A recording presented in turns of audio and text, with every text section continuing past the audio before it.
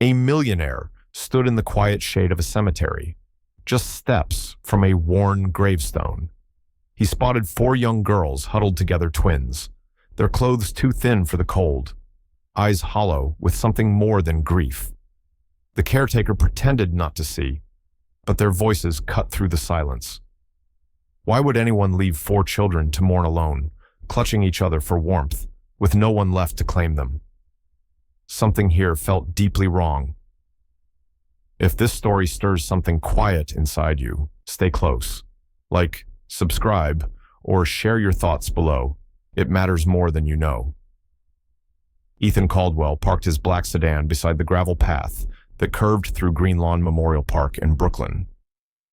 The hour was early, the city barely awake, but the weight in his chest felt older than the daylight. He clutched a bouquet of white lilies, flowers Sarah had always loved, back when the world had been less cruel, and moved slowly toward her grave beneath the looming angel statue. This spot, with its manicured hedges and smooth stone benches, belonged to families with names etched deep into New York's memory. Ethan, for all his money and privilege, felt like a trespasser here today, as if grief could strip away every ounce of armor he had built. But he was not alone. There, near the marble base of the angel, 4 little girls crouched together, hands full of wildflowers they had picked from the untended edges of the cemetery. Their hair was tied in loose ponytails, clothes mismatched but neat, shoes too big or too thin for the damp grass. Ethan stopped, suddenly uncertain. The girls, Mia, Ella, Ava, and Zoe. He would later learn whispered to one another in voices he could barely catch. He wondered who they were mourning. He wondered if anyone would come for them. He cleared his throat, trying to sound gentle. "Are you visiting someone?" The eldest girl, Mia, stood a little straighter but kept her hands folded. "We're here for our mother," she said quietly. Her words did not shake, but her eyes searched his face as if she was waiting for him to judge them. There was something about those eyes, a gravity, a silence that made Ethan pause. In their gaze, he saw a different kind of sorrow, one that came not from a single loss, but from years of being on the outside. He looked from their faces to the headstone they knelt beside. It read, Emily Mitchell, beloved mother and nurse, 1986-2024. A second bouquet, faded roses, lay nearby. Ethan felt the old ache of his own loss, curling tighter inside him. Sarah's grave was just 2 stones away. He watched as the girls placed their wildflowers beside the roses, arranging them with careful hands. They spoke to their mother in murmurs, fragments of stories, promises, apologies, words Ethan could not make out. There was nothing childish about their grief. "Did you know Sarah Caldwell?" he asked. Voice soft. The girls hesitated. Mia glanced at her sisters, then nodded. "Sarah was our mom's friend. They worked together at the hospital." Ethan's hand trembled, just slightly. For years, he had carried the memory of his daughter's kindness, her fierce loyalty to those she loved. Now, these 4 children, unknown to him until this moment, were binding Sarah's story to their own. He crouched beside them, letting the wet grass soak into his pants. He didn't mind. "Do you come here often?" Ella, the smallest, looked at him with a steadiness that felt older than her years. "We come when we can. Sometimes we get chased away."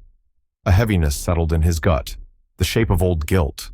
What kind of world made orphans explain themselves in whispers? He tried to smile. "I'm Ethan. I was Sarah's father." The girls exchanged glances, a flicker of recognition.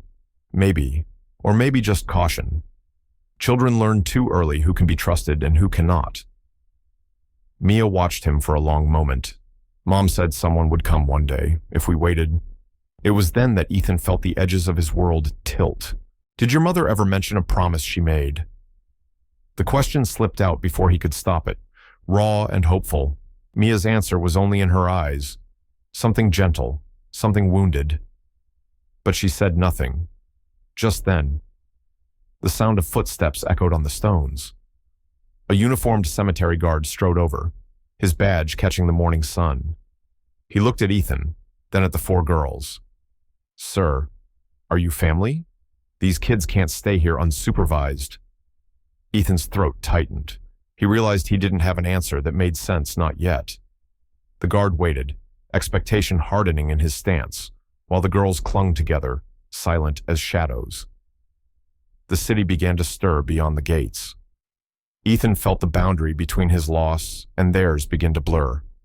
The world demanding answers he did not yet have. He didn't move. He just watched the guard, waiting for someone to claim what came next. The morning had lost its gentle edge, traded for a cold wind that seemed to slip beneath Ethan Caldwell's overcoat. As the cemetery guard stepped away, satisfied he had enforced the rules, Ethan found himself standing on the old flagstones with the four girls huddled together behind him. He could sense the tremor of their uncertainty, their practiced silence. He felt his own voice softening, as if anything louder would startle them into vanishing. He tried a slow, careful introduction, searching for a tone that didn't sound like an interrogation. "My name is Ethan. I'm Sarah Caldwell's father." The name didn't seem to register, or maybe they were simply used to keeping their feelings guarded. Mia, still the quiet leader, only nodded. Once, her eyes never leaving the ground. "Would you like me to call someone for you? A social worker, maybe, or the police?" His questions hung in the cold air, half hopeful, half dreading the answers. He remembered the years after Sarah's death, the well-meaning voices that had offered help but never known what he really needed. Ava, the third sister, spoke up, her voice a thin line. "We don't want to leave. Not yet. Not while Mom's still here." The way she said it so certain, so final, tugged at something deep inside him. He glanced at the headstone again, trying to imagine what it meant for these children to spend their mornings here, year after year. He crouched down, knees protesting against the cold stone. "Can you tell me your names?" It was Ella, always closest to Mia, who answered. "I'm Ella, that's Mia, and Zoe, and Ava." Each girl nodded in turn, solemn as witnesses in a courtroom. Ethan searched their faces for some connection, some clue that would link them to his daughter. "Emily Mitchell," he said aloud, almost to himself. "Your mother was a nurse. You said, did she know Sarah well?" Mia finally looked him in the eye, and there was something old and tired in her gaze. They were friends at the hospital. Mom said Sarah always took the night shift so other nurses could see their kids before bedtime. It was a detail that made Ethan's chest tighten. He could picture his daughter, tired but smiling, never saying no when someone else needed help. He wondered how many small kindnesses like that had gone unseen by the world. As they spoke, Ethan's mind worked through the logic, struggling with an edge of suspicion. Could this be coincidence? Could these girls have stumbled across Sarah's grave by accident, but their knowledge was too specific, their grief too real? He felt a slow, growing sense of responsibility, as though he had stumbled onto a story not finished with him yet. The wind picked up, rattling the iron fence at the edge of the property. The girls drew their coats tighter. Ethan looked around, suddenly aware of how alone they all seemed. Here 4 children and a man trying to piece together the broken glass of his own past. He tried to ask about their father, but Zoe shook her head, her hair falling in her eyes. "It's just us now, and Mr. Ronald." He said not to talk to strangers. The name was heavy with warning, but none of the girls explained further.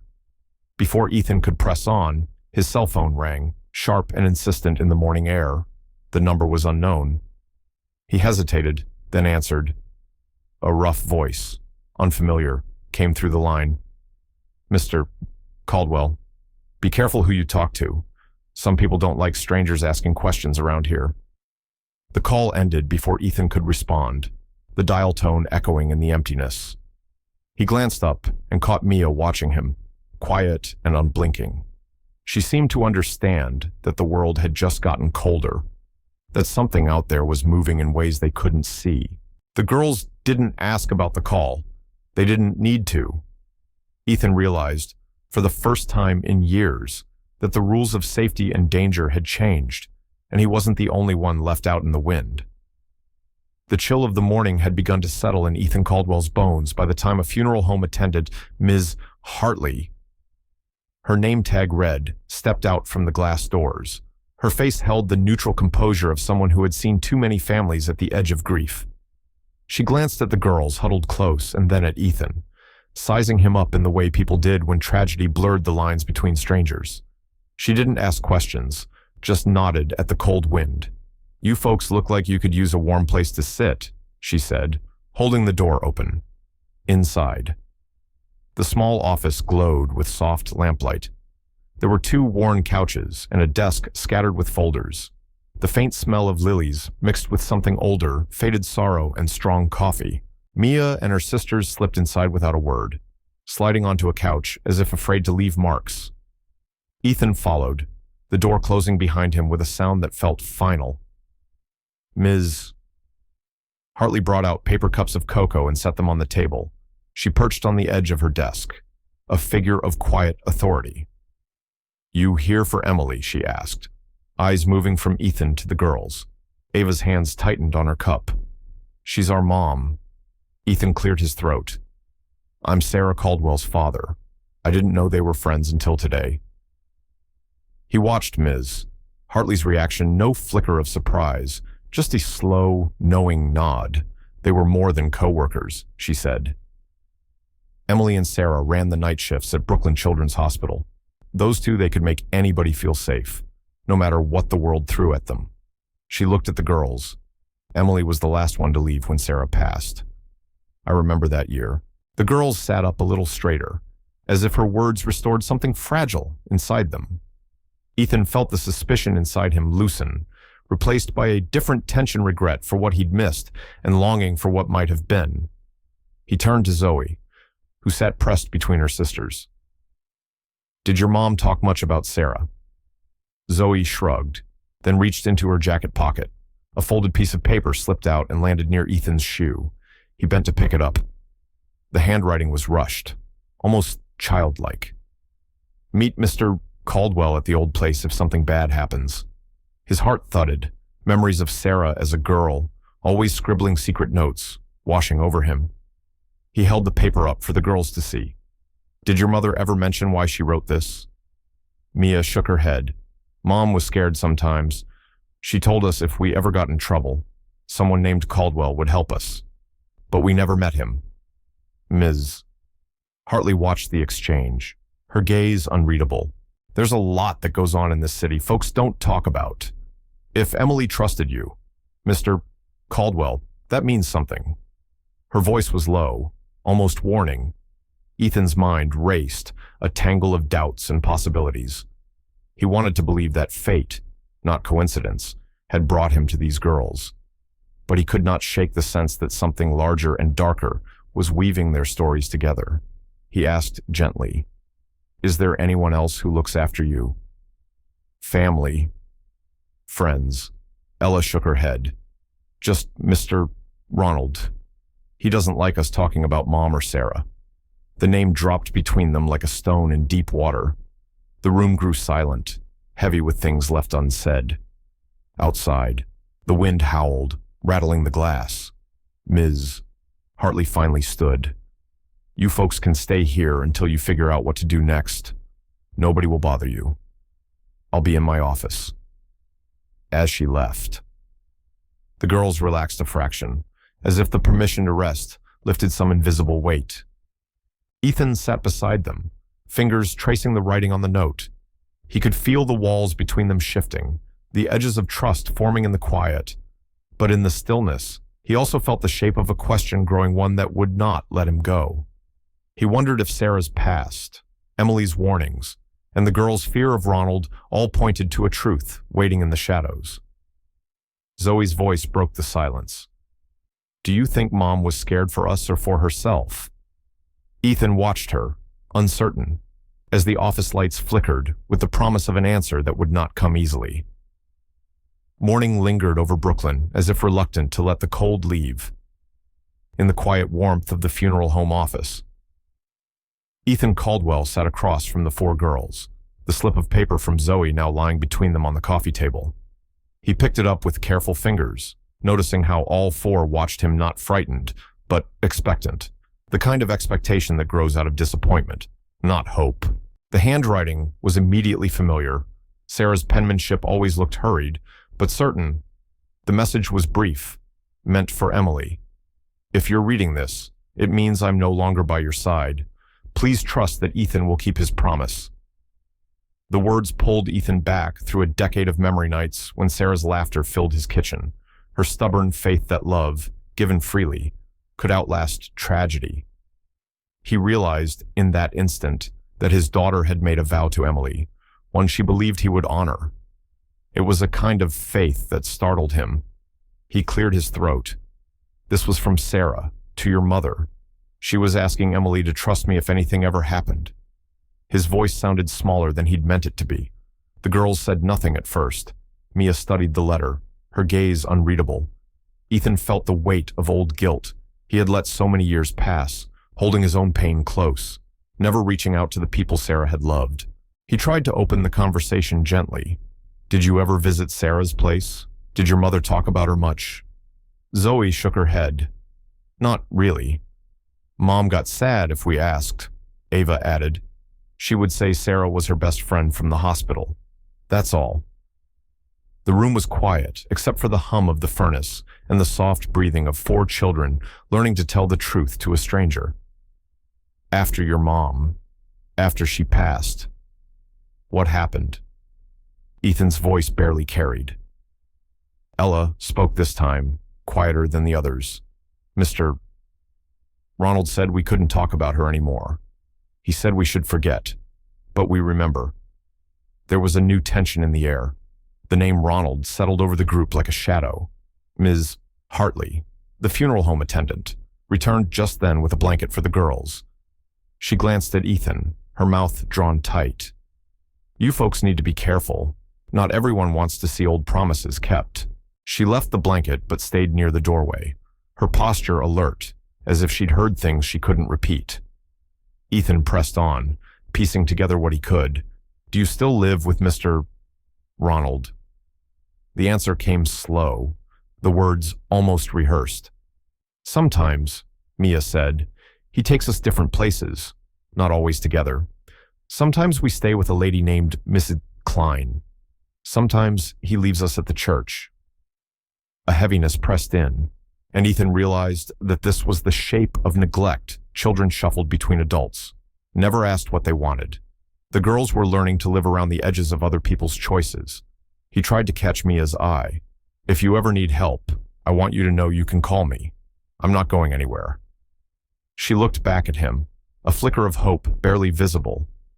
Suddenly, Ethan's phone buzzed in his pocket. He glanced down, recognizing another blocked number. He hesitated, then answered. The voice on the other end was cold, measured.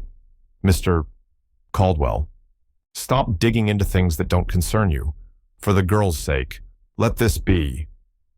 The line went dead before he could reply. He set the phone down, hands trembling, aware that the invisible threat was growing closer. The office felt smaller. Outside, the sky had grown heavy again, gray clouds thickening, pressing down on Brooklyn. Ethan didn't share the warning with the girls, but Mia seemed to sense the change. She reached for the old letter and held it close, as if Sarah's words could shield them. Ms. Hartley watched Ethan with a knowing, quiet look, the kind people have when they see storms gathering on the horizon. No one said anything for a while. The air was charged with silent questions. Ethan realized he had crossed a threshold, one from which he could not turn back. The promise was no longer just Sarah's, it was his now, tangled with the uncertain fate of 4 young girls waiting for someone to choose them. He stood, adjusting his coat, and opened the door to the raw Brooklyn wind. Zoe followed with the letter tucked in her fist, the others gathering close behind. Daylight seeped through the tall windows of Brooklyn Children's Hospital, soft but indifferent. Ethan Caldwell arrived just past 7, holding the city's nervous energy in his jaw.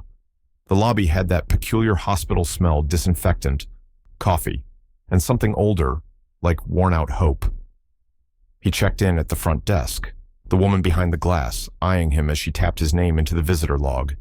He felt strangely out of place in his tailored coat, the $1 million watch at his wrist suddenly heavy. He asked for the human resources manager, explaining quietly, "I'm trying to learn more about Emily Mitchell. She was a nurse here. My daughter, Sarah Caldwell, used to work alongside her. The HR manager, a thin man named Mr. Swenson, met him with the wariness of someone used to families desperate for answers or favors. Emily was head nurse of the pediatric wing for 8 years, Swenson said, voice flat. She worked nights, trained new nurses, always stayed late. People say she never took a sick day." His tone was clinical, the sort of praise that kept the human side of loss at arm's length. Ethan pressed.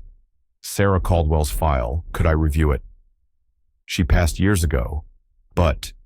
He trailed off, hoping the weight of his grief might open a door. Swenson's answer was quick and cold. "Only immediate family or legal representatives can access employee records. It's policy, no exceptions, no warmth." Ethan nodded, fighting the urge to argue. He saw now how bureaucracy could sharpen sorrow into something bitter. The waiting area was filled with the shuffle of feet, the murmurs of nurses beginning their shifts. Ethan sat, clutching the old note from Sarah, eyes flicking to every door. He wondered how many times Emily and Sarah had crossed these halls, how many goodbyes had been said with a wave or a squeeze of the hand. A few minutes later, an older nurse appeared in the hallway, her uniform crisp, her face mapped by lines of fatigue and care. She moved with purpose, but stopped when she saw Ethan. "Are you Mr. Caldwell?" Her voice was gentle but certain. He nodded, uncertain what he had done to deserve her attention. She glanced around, then handed him a small, battered tape recorder. "Sarah gave this to Emily before she died. Emily always said, 'If anything happens, get this to Ethan Caldwell.' I think it's yours now." The nurse didn't wait for his thanks. She disappeared as quietly as she had come. Ethan's heart beat faster.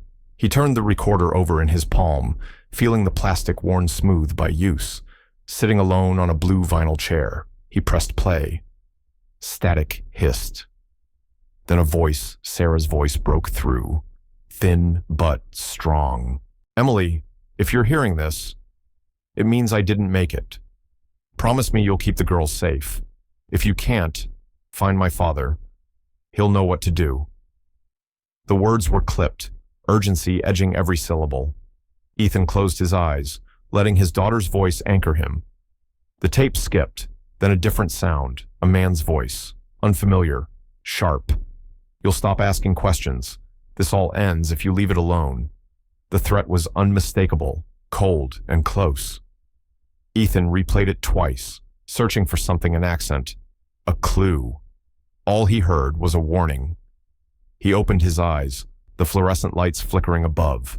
The world outside the hospital had grown brighter, but inside, Ethan felt the temperature drop. It was as if Sarah's death, Emily's worry, the girl's silence, were threads in a knot he was only beginning to untangle. He slipped the recorder into his pocket, pulse thrumming with a mix of dread and fragile hope. The presence of the threat felt sharper, now closer, not just a ghost from someone else's past. He caught sight of Mr. Swenson watching him from the glass office door, his gaze unreadable.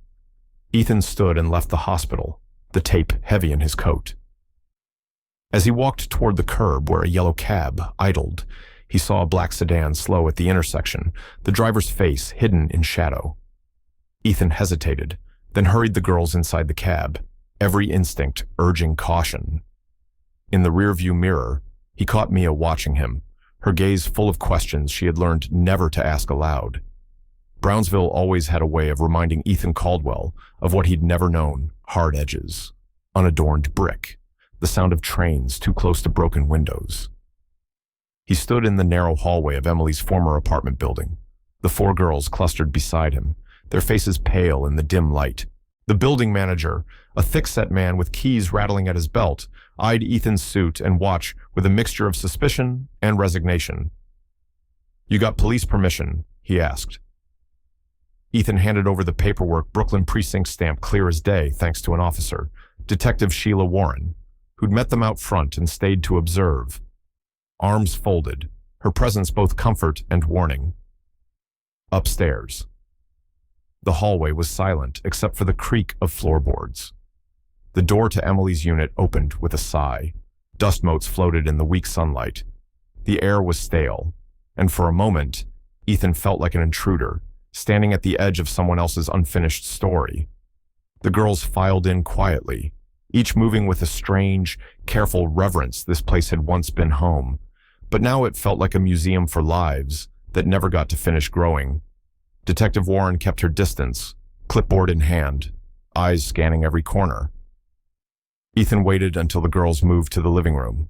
Mia drifted to a wall lined with faded photographs, holidays, birthdays, moments Emily had wanted to remember. Ella pulled at a lopsided picture, and as the frame swung, a small square safe revealed itself behind the drywall. Ethan knelt beside the girls, heart beating with a wild, old hope. "Did your mom ever talk about a code?" he asked. Ava nodded, voice quiet. "She said if anything ever happened, we'd know the answer." The day Sarah was born, September 12th, he keyed the numbers in 092. The safe clicked open. Inside.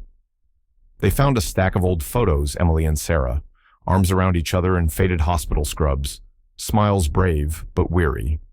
There were hospital records, envelopes stamped confidential, a birth certificate, and a thick packet, its edges worn. On top of it all was a manila envelope, marked in Emily's slant, for Ethan Caldwell. Ethan's hands shook as he opened the envelope. Inside, a letter from Emily, words pressed hard into the page. "If you're reading this, something has gone very wrong. I always trusted Sarah, and I trust you. These papers prove Ronald never cared for the girl's future. Don't let him win."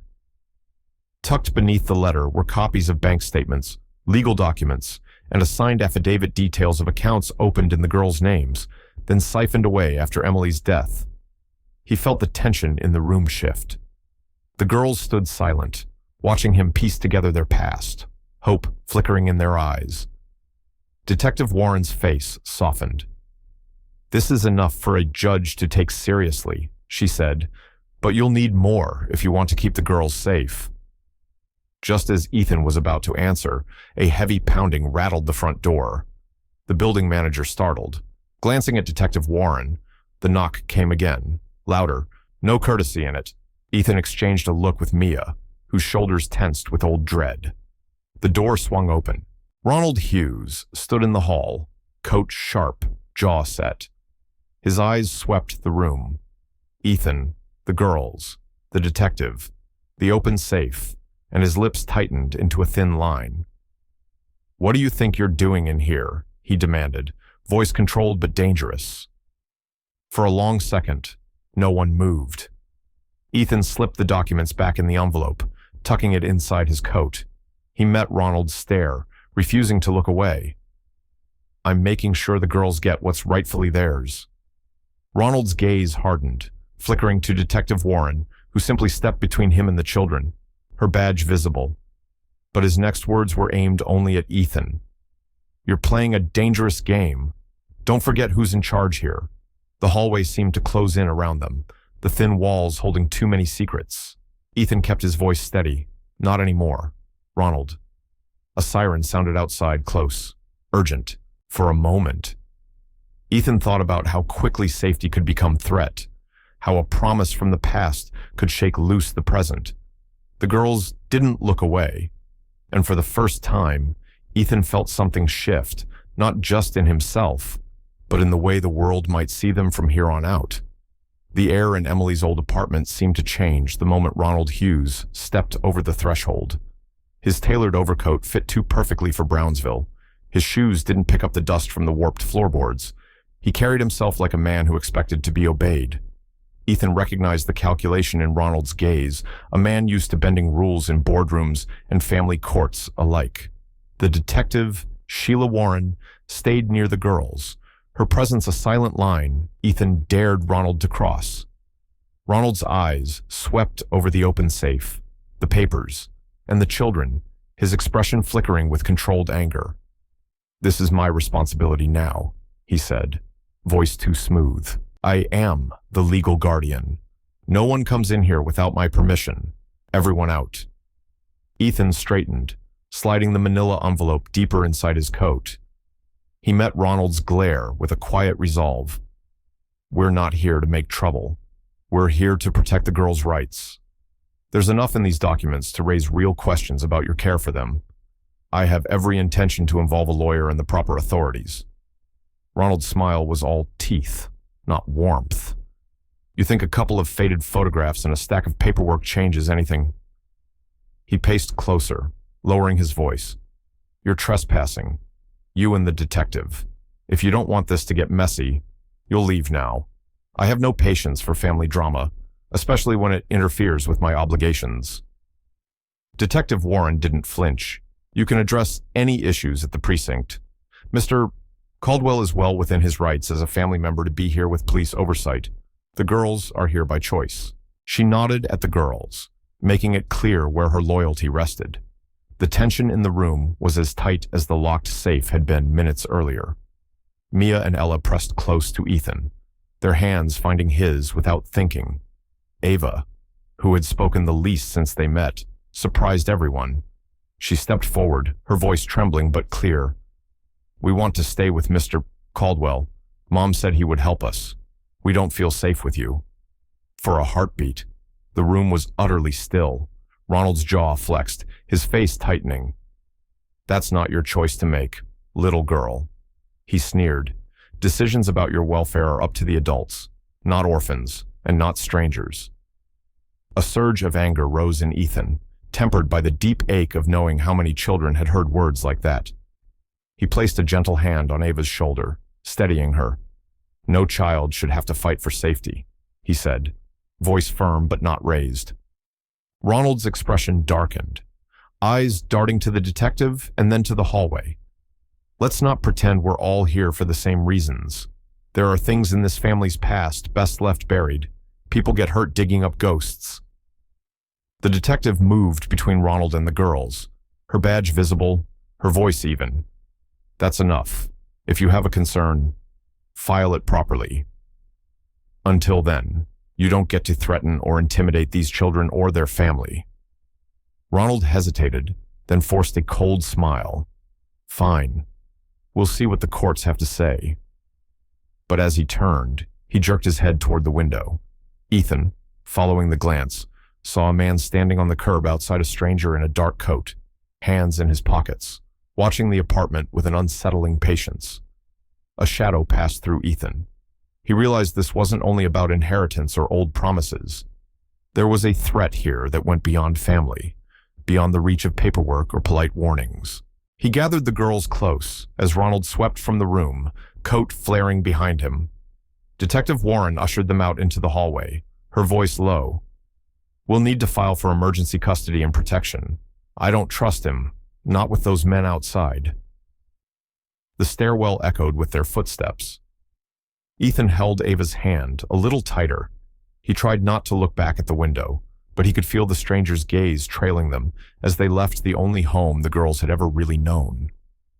Evening light slanted across the Hope Haven shelter for children in Queens, tinting the old red brick walls a warm gold that didn't quite reach the eyes of the new arrivals. Ethan walked the girls through the tall glass doors, each holding tight to a frayed duffel or hand-me-down backpack, their shoulders hunched with silent worry. Inside, the reception area hummed with gentle order, a world away from Brownsville's battered silence. The walls were covered in bright murals, children's handprints in every color, names and dates like small promises of safety. The staff moved with quiet urgency, their eyes alert to every bruise, every stifled cry, every orphaned hope. Here, power belonged to the system. Ethan, though he carried the weight of wealth and a famous name, was now just a temporary guardian. Every word, every request passed through the filter of rules and signatures.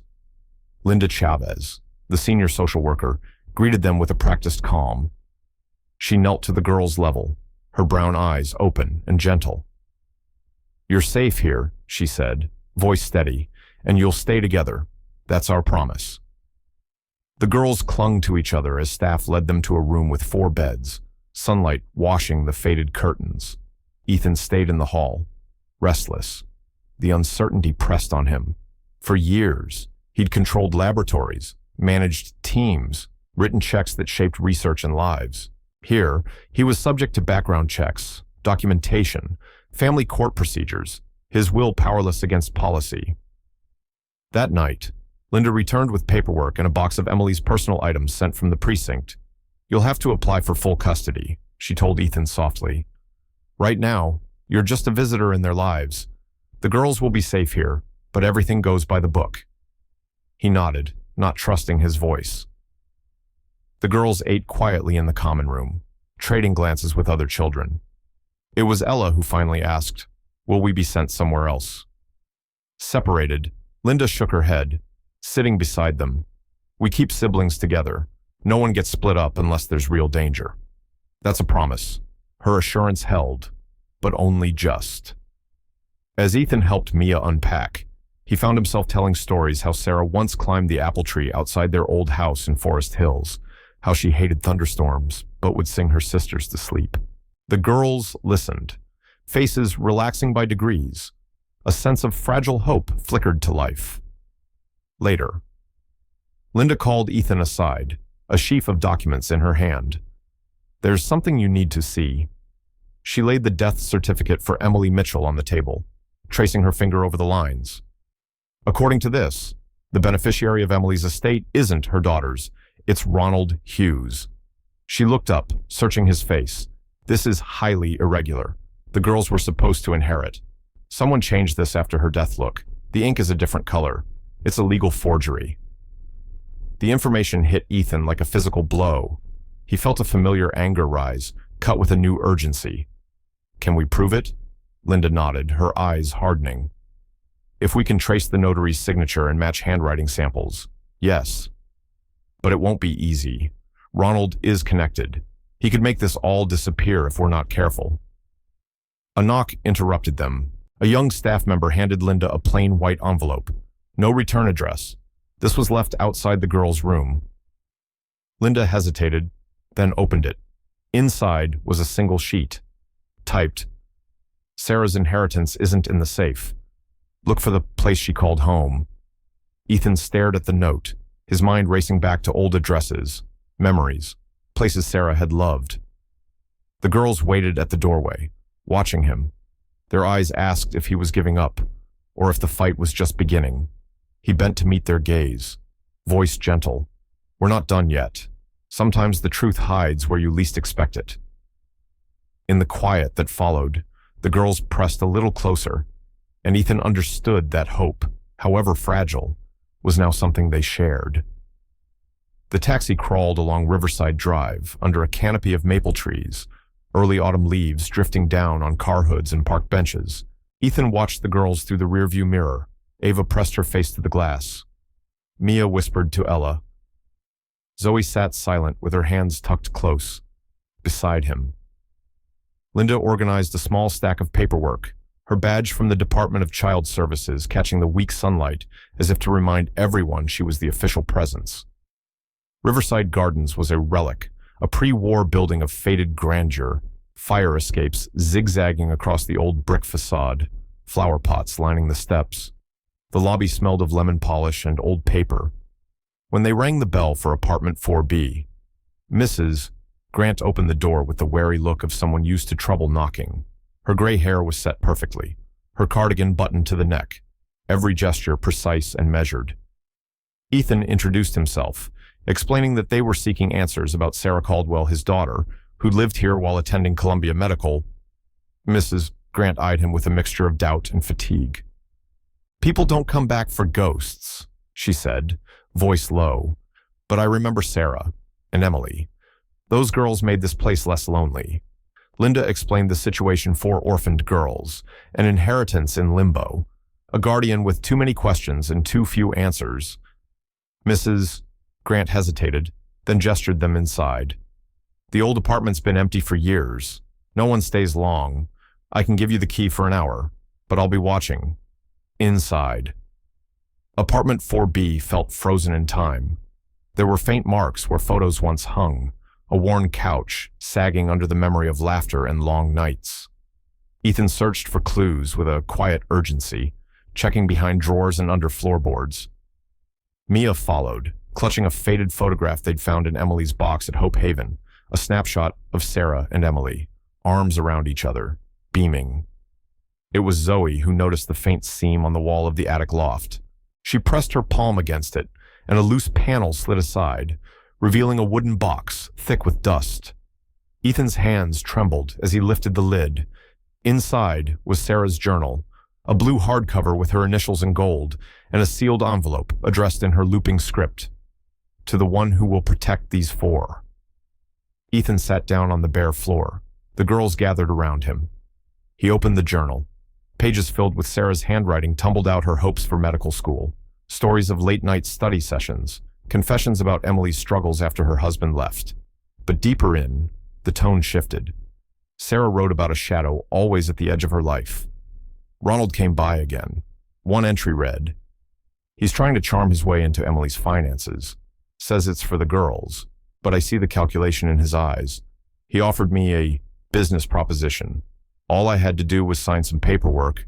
I refused." He left angry. Ethan's heart tightened with each word. Sarah had sensed the threat, had refused to give in. The journal painted a portrait of a young woman fighting for her friend's dignity as much as her own. The envelope trembled in his hand. He broke the seal. Inside. Sarah's letter was brief but clear. "If you're reading this, you found them. Protect them as I would. The truth is all that matters now. Trust only those who've proven it with action, not words." As the girls huddled closer, Linda's phone vibrated. Mrs. Grant returned, her face ashen. "A man came by this morning," she said quietly. "Asked about you and the children. Black car, dark suit. He waited outside, watched the building for an hour. He never left a name." She looked at Ethan, worry sharpening her voice. "Are you sure you know what you're up against?" Ethan didn't answer right away. He studied the four girls, Mia's steady gaze, Ella's anxious smile, Ava's hands twisting in her lap, Zoe's silent hope. Everything in him settled into a quiet resolve. Outside, sirens drifted on the river wind, and shadows lengthened in the hallway. The air shifted. Ethan knew he could not turn away.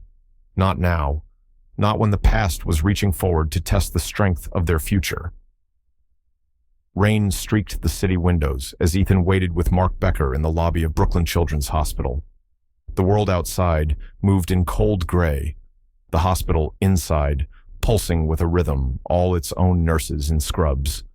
Anxious parents. The distant hum of a cleaning cart. Ethan clutched Sarah's old journal, the pages now a bridge between past and present, between truth and rumor. The girls remained at Hope Haven with Linda, but his mind wandered to them, imagining their small hands pressed together in sleep. Mark, precise in a navy suit and battered briefcase, walked him through the process. They needed court orders to view Sarah's medical and inheritance files. Nothing moved here without signatures and protocol. The legal language comforted Ethan. At first, rules meant fairness, order, but the clerk behind the frosted glass gave them a look as if trouble had arrived.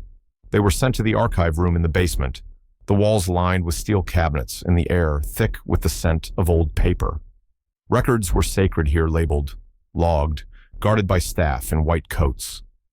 Mark spoke with quiet authority to the records manager, a woman with reading glasses perched at the tip of her nose. She double-checked every form before allowing them to step into the dimly lit stacks. Ethan's hands trembled as he opened Sarah's file. He saw birth certificates, employment documents, and then the hospital's notice of asset transfer. But something was off. A page had clearly been removed, a different sheet clipped in, the ink not quite matching. Mark bent over it, brow furrowed. "Look here," he whispered, pointing to the margin where a faint line of pencil could still be seen. The words were barely legible. "Ask Dr. Patel about the missing signature." Ethan tried to recall the name. Dr. Patel had been a fixture at the hospital when Sarah worked there, a careful, meticulous man, always gentle with children. But what would he have to do with this? Mark quickly checked the hospital directory, then paused, jaw tight. Dr. Patel isn't on staff anymore. He's consulting with the FBI, specializes in forensic medicine. The room felt smaller. Ethan glanced at the clerk, who was now watching them closely. Mark copied down the case number and took a quick photo of the marked page, careful to shield it from view, every sound file drawer's opening. Footsteps on tile echoed with new meaning. Tension thickened when the hospital administrator arrived, eyes sharp, suit crisp. Mr. Caldwell, Mr. Becker, I'm afraid we've just received a formal complaint from Ronald Hughes. Until this is resolved, I have to revoke your file access. The voice was polite, but the steel beneath was clear. Mark's protest was met with a polite but final shake of the head. Hospital policy, the administrator repeated, as if that could settle anything. Security was called to escort them back up. As they left, Ethan caught a glimpse of the clerk quickly slipping something into a drawer, another file, perhaps, or maybe a message already sent. Back in the hospital lobby, Mark's face showed more determination than defeat. They're stonewalling because someone's scared, he said quietly. If Dr. Patel is with the FBI, and this much trouble is being made to block access, we're on the right trail, but it's going to get harder. Ethan didn't answer. He watched a young nurse guiding a little boy in a wheelchair through the automatic doors, the boy's eyes bright with hope in a world full of closed rooms and hidden names. It struck him then the system didn't care who was hurt as long as it stayed intact. They would have to fight for every truth, every scrap of justice. Outside, the rain still fell, pooling at the curb. Mark dialed his phone, trying to reach Dr. Patel, while Ethan pressed his hand to the glass, feeling the cold seep in, inside. The files waited one step away, locked behind procedure and power, and someone with everything to lose. As Ethan stepped out into the evening, sirens in the distance, he wondered if anyone inside would remember Sarah as more than just another file, if truth had ever been safe in these halls. The rain was relentless that night, beating against the glass of a narrow cafe tucked between the crowds and honking horns of Midtown Manhattan. The place was nearly empty, just a pair of tired baristas cleaning up, and two men in a corner booth, the old glow of Edison bulbs washing over their anxious faces. Ethan sat with his hands wrapped around a chipped mug, the heat barely reaching his knuckles. Dr. Patel arrived quietly, umbrella dripping, his eyes scanning the room before he slid into the seat across from Ethan. Patel wore his worry like an old coat. His fingers fidgeted with the sugar packets. The city's pulse thudded through the windows, a low current of energy that made it hard to feel safe. Ethan tried to start gently, asking about the missing page from Sarah's file, but Patel cut in, his voice low. You shouldn't be here. Mr. Caldwell, if anyone followed, you need to leave right after this. Ethan pressed, determined. Did you sign off on that transfer, or were you forced? Patel let out a shaky breath. Ronald Hughes came to me, he whispered, eyes flicking up to the yellow light, with lawyers, threats. He needed my signature to close the inheritance paperwork. When I hesitated, he made it clear I could lose my license or worse. Patel's accent thickened as his words sped up. I knew Sarah. She was honest. She would never have wanted this. The fear in Patel's face was unmistakable. He looked over his shoulder again before reaching into his coat and sliding a flash drive across the table, hidden beneath a napkin. This has the original scans of Sarah's last will and a recording. Emily knew something was wrong, too. Before she died, she begged me if anything happens, find Ethan Caldwell, give him the truth. For a moment, Ethan couldn't breathe. The weight of trust felt heavy. He nodded, voice hoarse. Thank you, Doctor. You did the right thing. But Patel didn't meet his eyes. Doing the right thing isn't always safe. I have a family. You must be careful. There are people watching both of us. His hands shook as he sipped his coffee, the cup rattling on the saucer. Just then, the lights flickered. Outside, The neon glow of the street was interrupted by a sudden darkness, the whole block blinking out as thunder rolled overhead.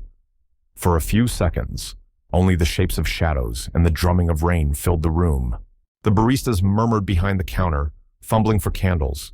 In that short blackout, Ethan felt exposed. He checked his phone. One message blinked on the screen. Unknown number, don't trust anyone. Every legacy has its price. The light snapped back, harsh and unsteady. Dr. Patel was pale now, silent. You have what you need.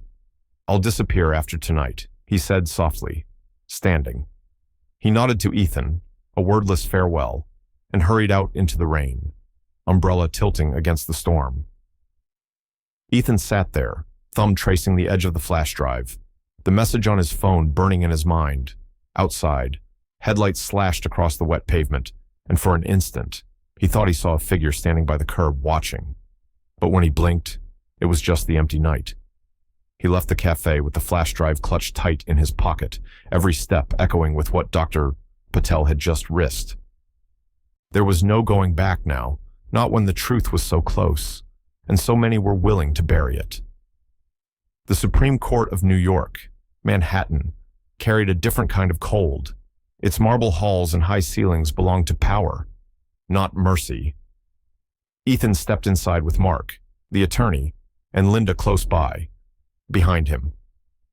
The four girls sat huddled on the wooden benches, their eyes darting across the grand chamber, faces taut with worry.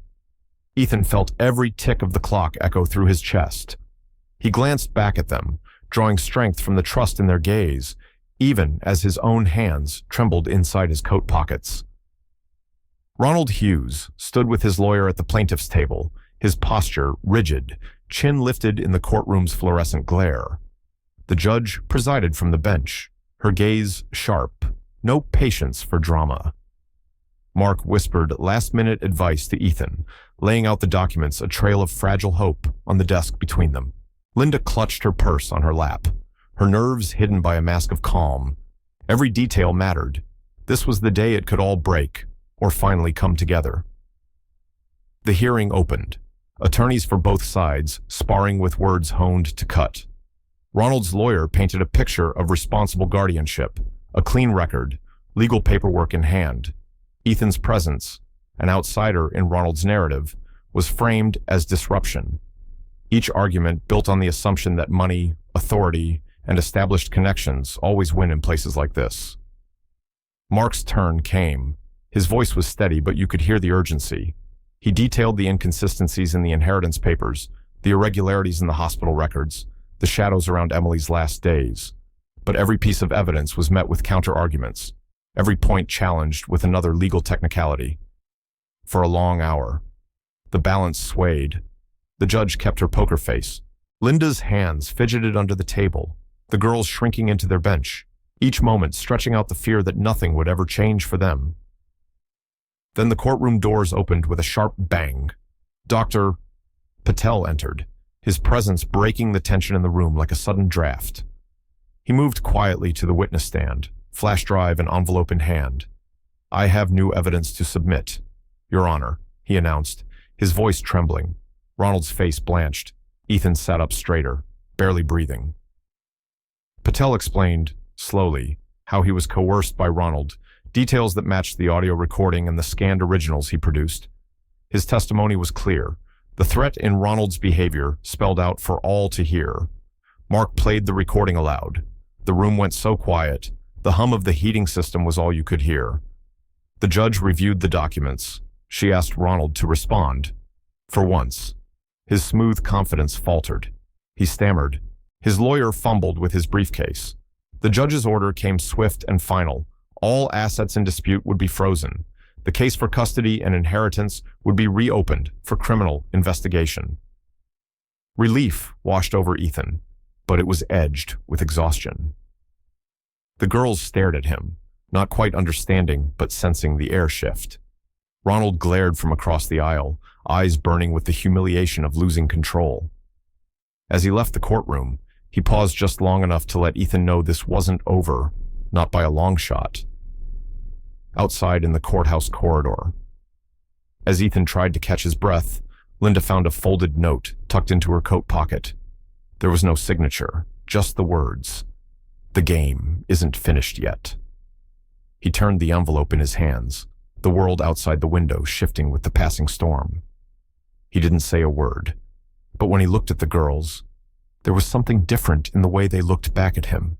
The marble halls of the New York State Appellate Division on Madison Avenue felt like a world apart, silent, severe, the air so thick with anticipation that Ethan could taste the metallic tang of anxiety on his tongue. He walked the corridor with Mark and Linda on either side, the four girls trailing close behind, hands clinging to each other as if afraid the grown-ups' battle would rip them apart. This was no ordinary courtroom. 3 appellate judges presided from a high bench, their faces unreadable, every movement under their scrutiny. Across the aisle, Ronald Hughes sat flanked by his attorneys, their manner hard, voices sharp with challenge and threat. Mark started the session with a quiet confidence, letting the facts speak for themselves. He laid out Sarah's diary, the letters she wrote to Emily, and the audio files from Dr. Patel, each piece drawing a line between Ronald's manipulations and the children's suffering. The documents passed from hand to hand, each judge pausing to read the notes and look at the photographs. Ethan watched them closely, searching for some crack in their expressions, some sign of understanding or empathy. Ronald's lawyers countered with force, pushing paperwork and technicalities, questioning every chain of custody, even the motives behind Mark's advocacy. They insisted Ronald was acting in the children's best interest, following the law, dismissing all else as emotional spectacle. The tension mounted with each cross-examination. Linda kept her eyes on the floor. The girls sat rigid, not daring to hope too much. Then the prosecution called Ronald to the stand. The air changed. He took the oath with a hand that shook, forced a smile that didn't reach his eyes. The questioning came swift and sharp. Mark pressed him on his dealings with Sarah, his access to her accounts, the inconsistencies in his statements. Ronald's responses started smooth, but soon unraveled as the judges interrupted, demanding direct answers, asking about why certain records were missing, why funds were transferred. The turning point hit like a crack of thunder. The prosecutor introduced new evidence, a confidential account in Ronald's name at a bank overseas, revealed through subpoena. The statements laid bare a trail of unauthorized withdrawals and transfers, perfectly matching the missing sums from Sarah's estate. The silence that followed felt bottomless. Ronald's face collapsed into panic, his lawyer scrambling, stammering objections. But the paper trail was irrefutable. Gasps rippled through the gallery. One of the girls, Emma, squeezed Ethan's hand so tightly his fingers went numb. The judges conferred in hushed tones. The lead judge delivered a temporary ruling all assets under dispute would be frozen, and custody of the 4 children would be immediately, and for now, solely entrusted to Ethan Caldwell as an emergency guardian. The decision fell over the courtroom like the first rain after a drought. Relief swept through Ethan and Linda, the girls breaking into quiet tears, hope cracking through the fear. But just as the relief settled, Ronald's attorney sprang up, asking for an emergency adjournment. He announced to the court that a new party had arrived, someone claiming to be a direct relative of the children, a person whose name did not appear in any record, but who requested the right to address the bench and challenge Ethan's guardianship. All eyes turned as a tall woman in a gray coat entered the room, her face familiar yet strange.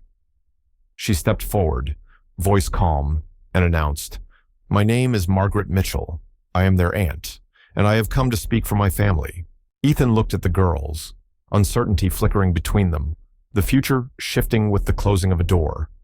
The room felt like it had shrunk, every breath tight, as the mysterious relative finally stepped into the light.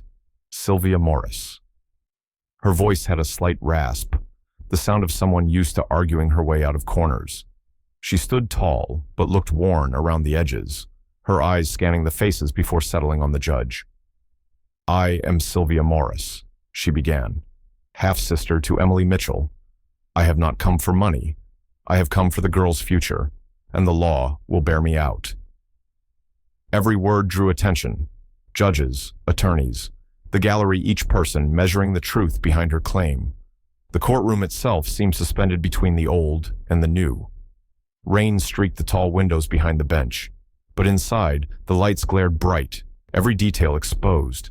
Mark whispered to Ethan that he'd never seen a claim like this appear so late, and certainly never with such precise timing. Even Linda, normally unshakable, had gone pale. The four girls huddled closer, confused and wary, casting glances at Ethan, silently pleading for reassurance. Sylvia presented a yellowed document, a copy of an older will, signed and notarized years before, naming her as guardian should anything happen to Emily and Sarah.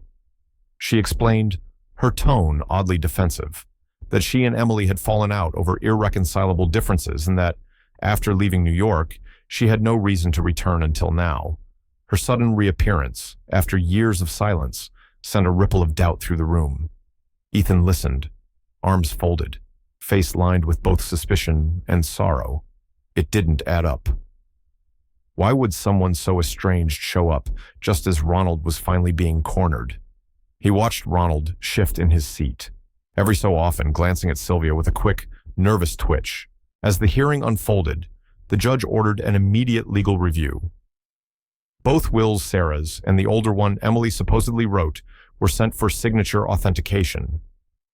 The tension in the air thickened, as if the outcome of every life in that room now hinged on strokes of ink from years ago.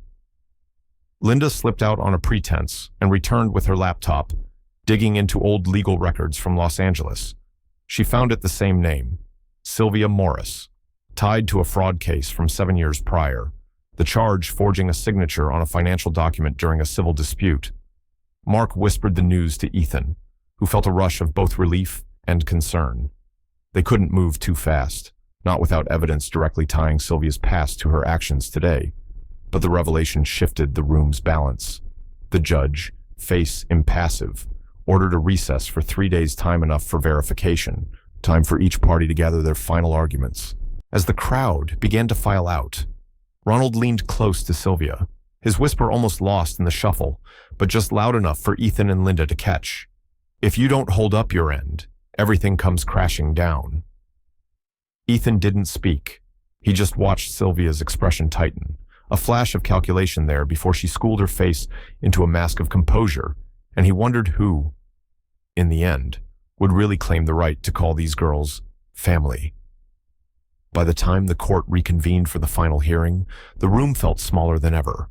Reporters lined the back wall, their cameras silent, but their eyes sharp. Advocates for children's rights took up the front rows, as if their mere presence might keep justice from slipping away.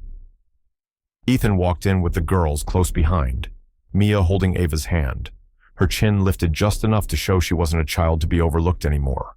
Judge Bell, never one for wasted words, went straight to the point. We will now hear from all relevant parties. Speak your truth. Mark leaned over and whispered, "Stay steady. The truth has a way of surfacing, even in a storm, but nothing could have prepared any of them for what happened next." Mia stood up.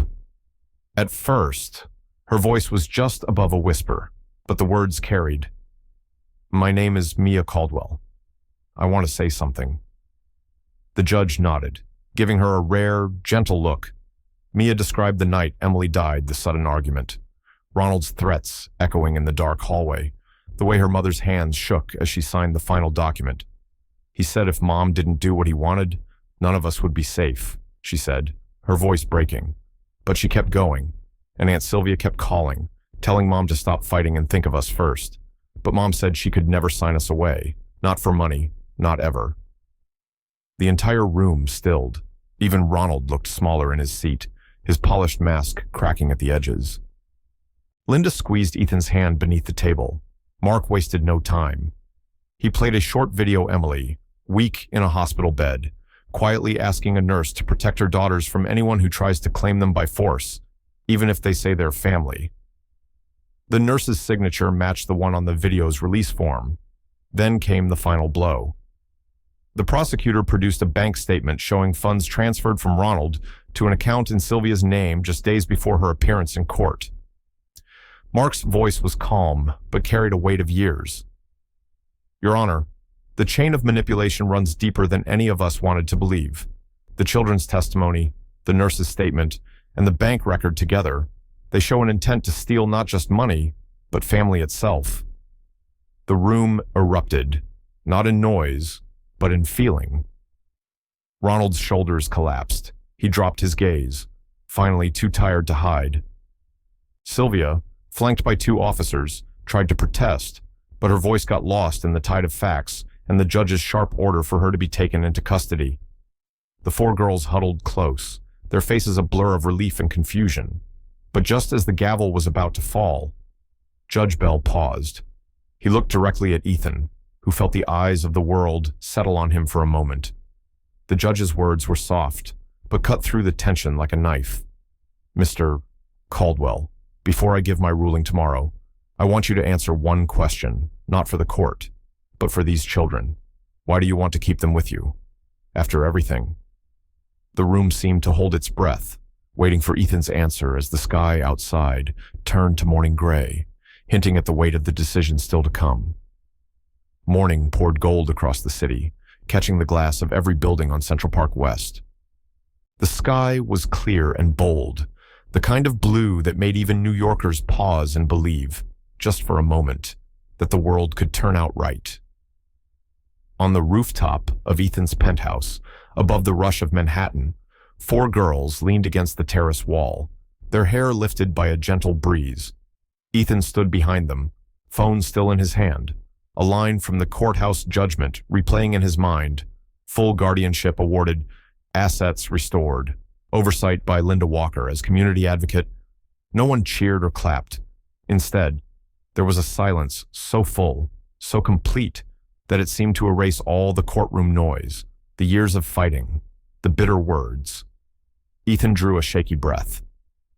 He set the phone down and knelt beside Mia, Ava, Lily, and Sophie, looking at each of them with a steadiness he'd earned the hard way. Mia's eyes met his. No fear, left just the raw, shining belief of someone who'd finally seen an adult keep his word. She squeezed his hand, almost shy, but not pulling away. The others pressed in, shoulders touching, as if to make sure he was still real, that the ground wouldn't shift again. Ethan whispered, "Your mother made me promise, a long time ago, to never walk away if you girls needed me. I kept that promise, but you're the ones who showed me what it really means to stay." His voice faded, the words catching on all the memories, Sarah's laughter in an old journal, Emily's tired courage in that hospital video, the way each girl had clung to hope even as the world tried to pull it away. Linda watched from the side, her clipboard forgotten, eyes shining with something between pride and relief. She had fought, too.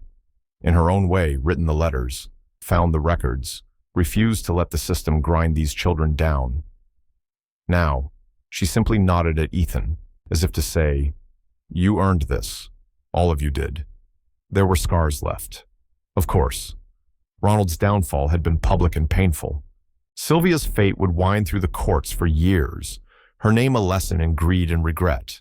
But the girls, these girls had something new, a place at the table, someone who listened when they spoke, who waited out their silences, a man who knew how to fight, but more important, when to hold still. Sophie, the youngest, slipped her hand into Ethan's. "Are we really staying here?" Her voice was thin but hopeful. Ethan smiled, touching her hair. "This is your home now. Not because I want anything, but because you're family. That's what counts." The sun lifted higher, warm and sure. The girls began to laugh, their voices rising over the rooftops. For the first time, Ethan let himself laugh with them, the sound quiet and true. There were no big speeches, no finish line, only the simple, ordinary miracle of a morning where fear did not outnumber hope. As the city woke up below, Ethan turned toward the sunrise, a new peace settling in his chest. He didn't look back.